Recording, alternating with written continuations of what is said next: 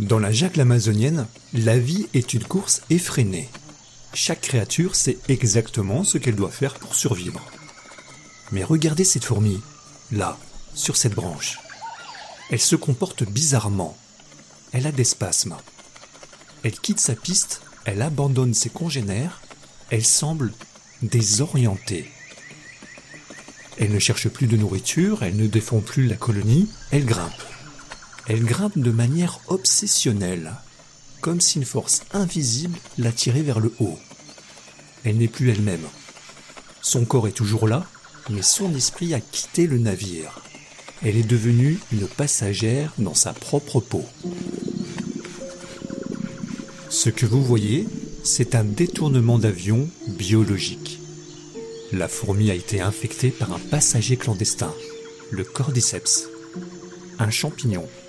Un simple champignon dont le seul but est de transformer un insecte vivant en marionnette.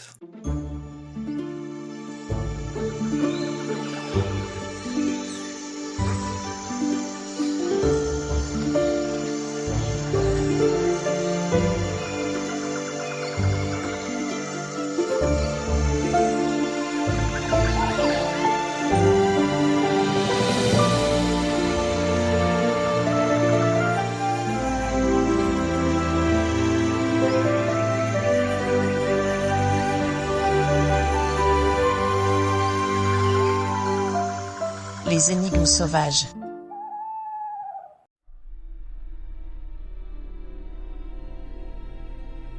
Comment fait-on pour prendre le contrôle d'un animal ?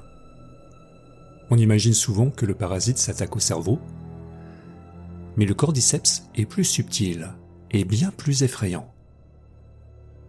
Il ne touche pas au cerveau de la fourmi, il le laisse intact. À la place, il infiltre ses fibres musculaires. Il se répand dans tout son corps comme un réseau de câbles électriques. Il ne parle pas à la tête de la fourmi. Il prend le contrôle des commandes. Il tire sur les muscles des pattes pour la forcer à marcher. Il l'oblige à quitter le sol pour monter exactement à 25 cm de hauteur. Pourquoi 25 cm ? Parce que c'est là que l'humidité et la température sont parfaites pour la croissance du champignon. Une fois arrivé à destination, le cordyceps donne l'ordre final. La fourmi plante ses mandibules dans la nervure d'une feuille. Elle serre de toutes ses forces. C'est ce qu'on appelle la morsure de la mort. Elle ne lâchera plus jamais. C'est fini. Le champignon n'a plus besoin de chauffeur. Il peut maintenant consommer le véhicule. Il dévore les organes internes de la fourmi un par un, en évitant soigneusement ceux qui la maintiennent en vie le plus longtemps possible. Puis, une tige sombre commence à sortir de la tête de la fourmi. Elle transperce la carapace et s'élève, comme une antenne macabre. Au bout de cette tige, une capsule explose. Des milliers de spores sont libérés dans le vent, tombant comme une pluie invisible sur la colonie située juste en dessous. Le cycle recommence. Le voleur d'âme a besoin de nouvelles maisons. Le cordyceps est devenu célèbre récemment grâce aux films et aux jeux vidéo de zombies. On a eu peur. On s'est demandé « Et si ça nous arrivait à nous ?» Rassurez-vous, le cordyceps est très spécialisé. Il lui a fallu des millions d'années pour apprendre à pirater le système nerveux d'une seule espèce de fourmi.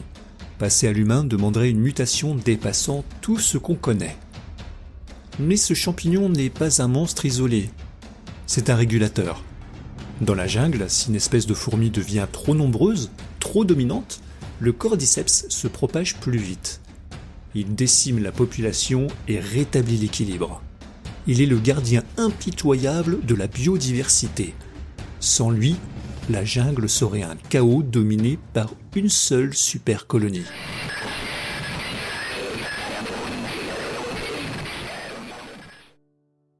Le cordyceps nous terrifie parce qu'il nous touche là où ça fait mal. notre identité. Nous aimons croire que nous sommes les seuls maîtres à bord, que nos décisions, nos envies, nos colères nous appartiennent. Je pense, donc je suis. Mais la biologie moderne nous souffle une autre vérité. Nous sommes, nous aussi, colonisés. Par des milliards de bactéries dans notre intestin, par des virus silencieux dans notre ADN.